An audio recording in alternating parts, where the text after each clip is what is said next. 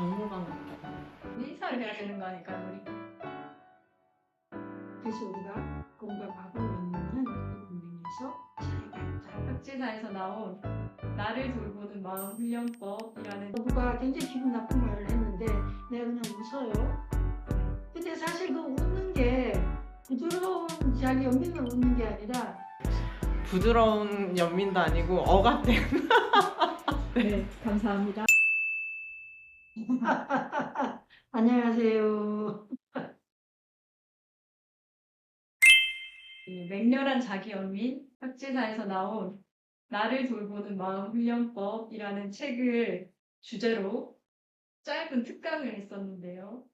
스님께서 질문을 충분히 답변해 주실 시간이 없었던 것 같습니다. 그래서 오늘 스님을 모시고 같이 한번 그 질문을 다뤄보면 좋겠다 이런 생각에 자리를 마련했습니다. 지난 그 워크숍에서 책 소개가 빠져서 지금이라도 해주실 수 있을까요? 나를 돌본 마음은 그 크리스틴 네프라고 하는 심리학자가 개인적으로 결혼 초기에 겪었던 어떤 여러 가지 힘겨움, 결혼해서 아이를 갖고 엄마로서 또 자폐증 마비를 가진 데에 대한 부분들, 자기가 그런 아버지에 대한 어떤 파더 컴플렉스에서 오는 여러 가지를 굉장히 있는 그대로 가감없이 자기 고백과 솔직한 자기 오픈을 하면서 그런 과정에서도 크리스틴 네프가 이 저자가 끝까지 가졌던 게 뭐냐면은 자각이에요. 또 그뿐만 아니라 그런 자기에 대해서 끝까지 자기를 포기하지 않고 끝까지 자기를 찾고 실제로 이 안에서는 그 힘든 순간에 어떻게 극복하는지 명상이라는 이름으로 또 심리 치료라는 이름으로 이렇게 다양하게 잘 제시하고 있어서 그래서 도움이 많이 될 것이라고 생각을 합니다. 아마 이거 영상 보시는 분들은요. 자기 연민 개념을 또 모르고 계실 수도 있어서 그거에 대한 아주 간략한 소개 필요할 것 같아요. 자기 연민은 우리가 보통은 일반적으로 우리가 내가 힘들 때 가장 전형적으로 하는 반응이 상대를 비난하거나 그 원인이 어디에 있나를 찾게 돼요. 그냥 자동적으로. 그럼 그 원인이 상대에 있거나 나에게 있거나. 그래서 보통은 상대를, 세상을, 아니면 어떤 조건을 원망하거나 아니면 내가 너무 바보 같았다. 자기 자신을 비난해요. 그래서 이 자기 연민이라고 해서 우리가 내 자신이 고통하고 있을 때에 자기 비난을 자기 친절로 가지고 그리고 또 하나는 뭐냐면 고통에 빠져버리면 이 인지나 퍼셉션이 이 시야가 굉장히 좁아져요. 아주 축소됩니다. 이 상태에서 반대되는 게 뭐냐면은 마음 챙김의 요소입니다. 또 한 가지는 내가 힘들거나 괴로워지면은 마치 나만 세상에서 이렇게 힘들고 괴로운 것처럼 이렇게 착각하기가 쉽거든요. 그래서 보편적 인간되는 내가 겪는 그런 괴로움은 세상의 유일한 고통의 유형이 아니라 이 세상의 과거, 현재, 미래에 동서고금을 막론하고 수많은 사람들이 나와 유사한 고통을 겪고 있다는 사실을 한번 상기시켜주는 의미에서 그래서 고통의 순간에 자기 연민이라고 하는 것은 자기 친절과 마음 챙김과 그리고 보편적 인간 경험 요 세 가지를 생각하는 거죠. 그리고 이것을 연습함으로써 내가 어떤 도전적인 상황이 올 때 바로 요 세 가지를 내가 실천하고 행위할 수 있도록 도와주는 이 MSC에서 중요한 이 마음 공부다 이렇게 생각하시면 좋겠습니다. 자기 연민과 자기 공감이 어떤 차이가 있나요? 네. 공감하고 연민은 그 가장 큰 차이가 공감은 우리가 지혜가 없어도 나 똑같이 그렇게 느낄 수 있어. 근데 연민은 지혜가 필요합니다.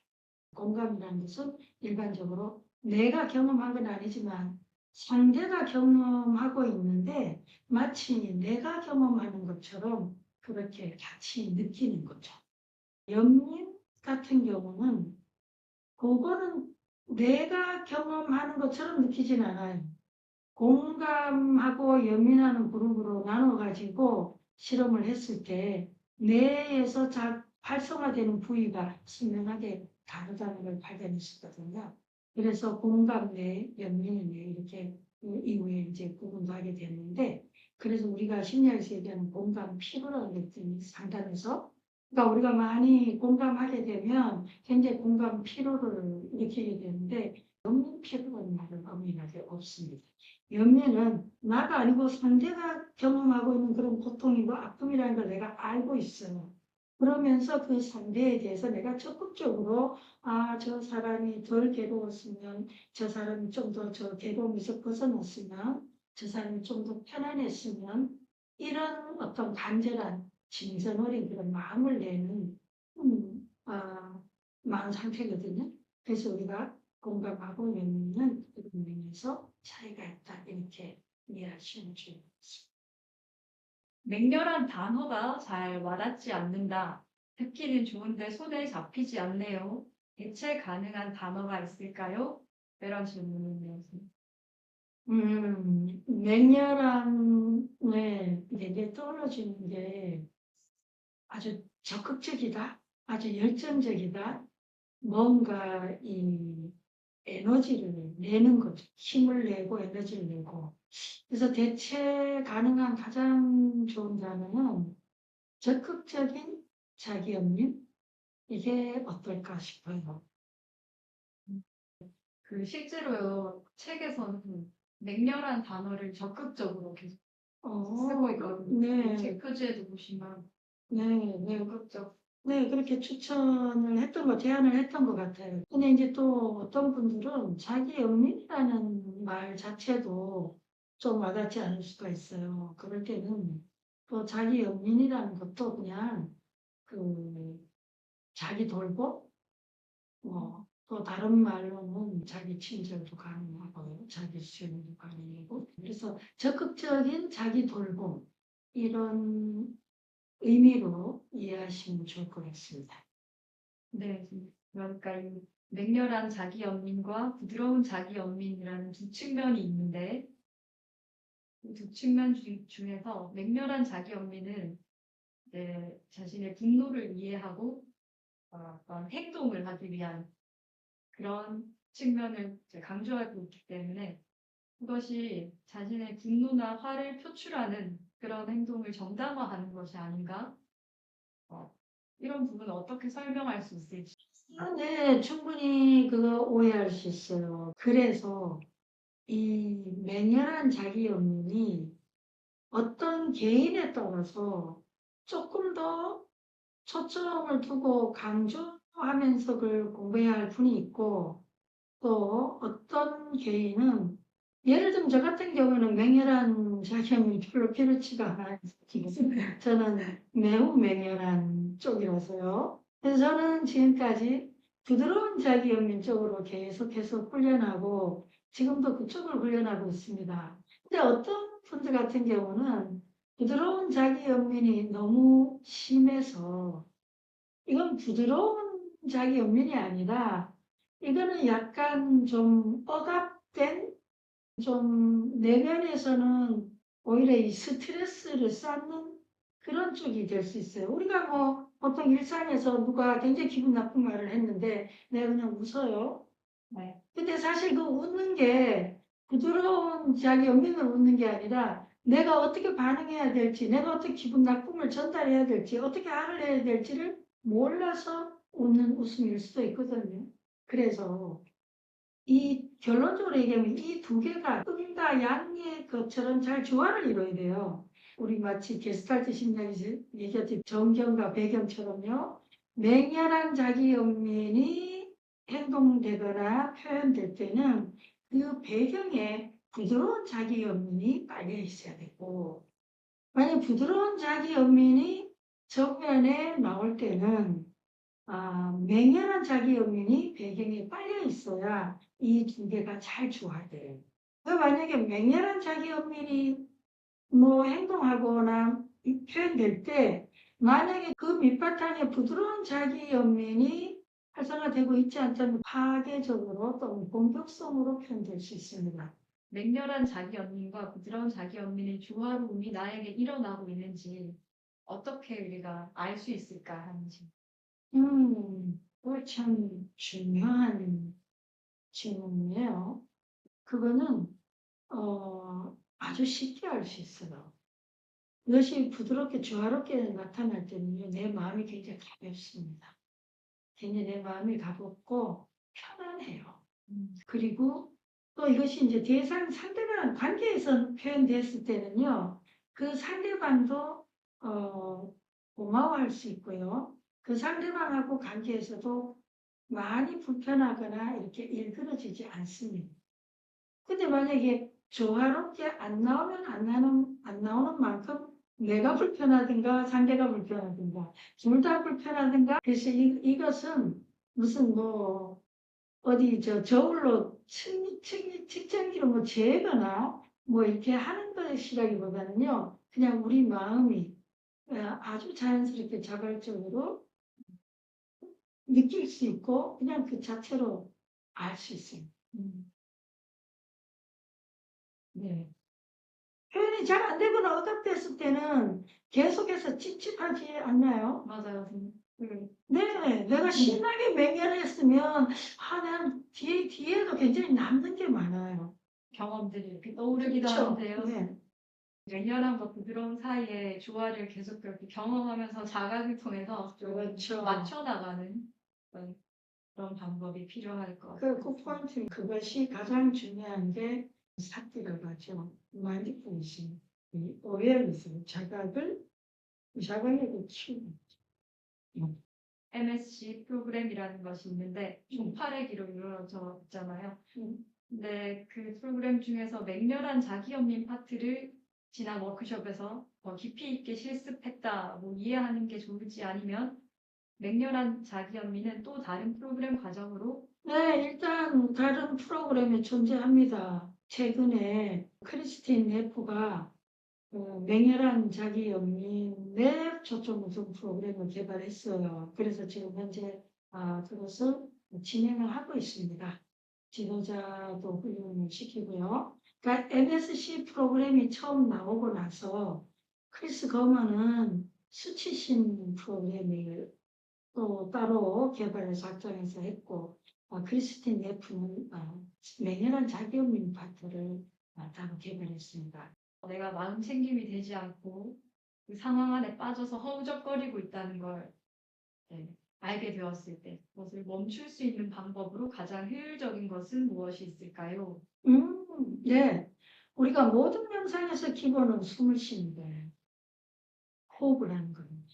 그럴 때 내가 빠져있을 때는 자신을 가만히 보면 숨을 거의 홀딩하거나 굉장히 얕은 숨을 쉬고 있어요. 그래서 모든 명상에서 출발할 때 심호흡을 걸죠.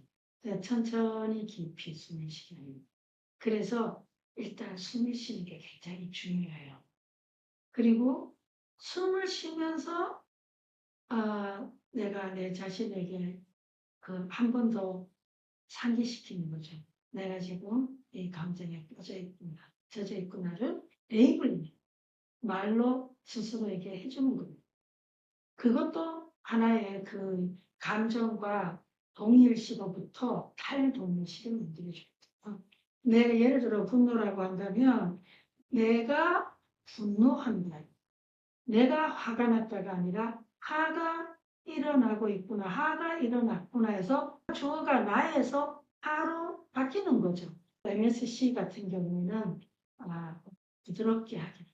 내가 그 화가 내 몸 어디에서 가장 강하게 일어나는지 내 몸의 부위로 한 번 더 찾아가는 거예요. 내 몸 어디에서 지금 화가 가장 강하게 일어나고 있나. 이걸 보고 주의를 또 이번에 몸으로 가져갔죠. 그리고 그 부위가 만약 심장이 심하게 뛴다든지 아니면 얼굴이 강하게 막 열이 난다든지 그렇게 되면 그 부위를 부드럽게 이렇게 터치해 줄 수 있고요. 내 손에 따뜻한 기분을 느끼게 될 수도 있고 마치 다정한 엄마가 또는 친구에게 해주듯이 위로해 줄 수도 있고 그냥 부드럽게 하고 그 자리에 그냥 있는 것을 수용해주고 허용해주고 여러 가지 방법이 가능한데 뭐 보통에 심각하지 않다면 그냥 호흡을 한번 하는 것으로도 아주 엄청난 변화를. 네, 호흡으로. 제가 워크숍에서 충만한 삶이라는 실습을 했었거든요. 내 삶을 좀 더 충만하게 만들기 위한 여러 가지 내가 행동할 수 있는 것들을 찾아보고 내 안에 있는 내적인 장애물 또 바깥에 있는 어떤 외부적 장애물들을 살펴보는 그런 실습이었는데요. 지금 질문자께서는 그 실습을 통해서 본인이 생각보다 외적 장애물보다는 내적 장애물이 많았다. 이러한 내적 장애물을 극복하는 방법에는 어떤 것이 있을까요? 라는 질문을 주셨습니다.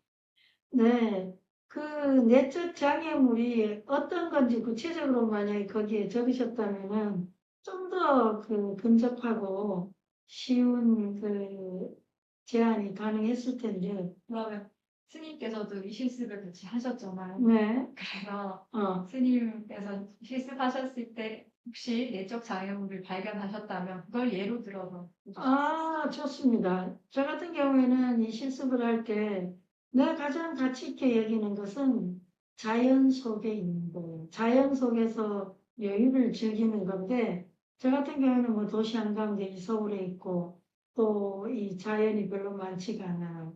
그래서 이런 장애가 있는데, 근데 그게 외적인 원인이었나 내적인 원인을 봤더니 외적인 원인은 찾을 수가 없더라고요. 100% 내 내적인 장애예요. 내가 그냥 그렇게 선택해서 시골로 가면 돼요. 모든 조건이나 이렇게 가능한데 시골로 가는 게 아니라 난 그냥 살고 있다는 것을 한 번 더 확인했죠. 그렇다면 지금 이 상황에서 내가 할 수 있는 대안은 뭘까 생각해 봤었어요. 사실은 실습 며칠 전에 했는데 저는 이미 행동으로 시작했습니다.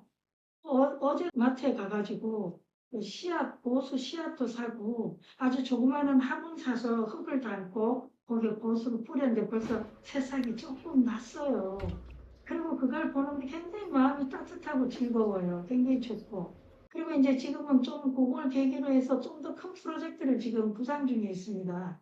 그 베란다에 나만의 어떤 자연 공간을 만들려고 하고 있어요. 그래서 작은 온실이라고 할까요?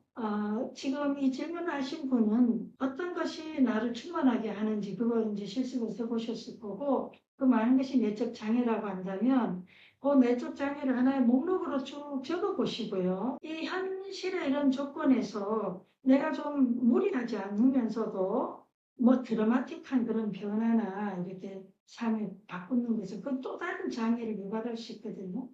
그래서 서서히 점진적으로 내가 필요로 한 방식으로 하는 것이 뭔가 이렇게 좀 사유하시고 사색하시면 분명히 찾으실 수 있을 것. 네. 소감 혹시 한마디 해주실 수 있을까요? 저는 시도 자체가 굉장히 멋지다고 생각하고, 간접적으로라도 이런 소통을 해서 서로 함께 성장해가는 좋은 출발점이 되지 않을까 생각합니다. 네, 저도 그렇게 생각합니다. 감사합니다. 그리고 이게 전환하는 거 재밌네요. 조금 특별한 경험이었어요. 내용에 대해서는요? 내용이요? 내용 선생님께서. 자각을 해야 된다는 거하고, 그래서 저도 사실은 외적인 그런 장애물보다 내적인 장애가 굉장히 많았거든요. 그래서 그걸 어떻게 극복해야 될까? 그러면 홍수의 스님께서는 맹렬한 부분과 부드러운 부분 중에 어떤 쪽이 좀 더 자주 드러나시는 것 같으세요? 이렇게 저는 아까 스님 딱 말씀하신 그거 같아요. 이제 부드러운 연민도 아니고 억압된. 네, 감사합니다. 이렇게 끝내주세요. 그래서 이게 따지고 보면은 저는 조금 더 부드러운 쪽이고, 이제 예전부터 좀 부드러워지려고 많이 애를 썼던 것 같아요. 이제 적극적인 면과 부드러운 면을 잘 조화를 시켜야겠다라고 생각을 했습니다. 감사합니다. 네.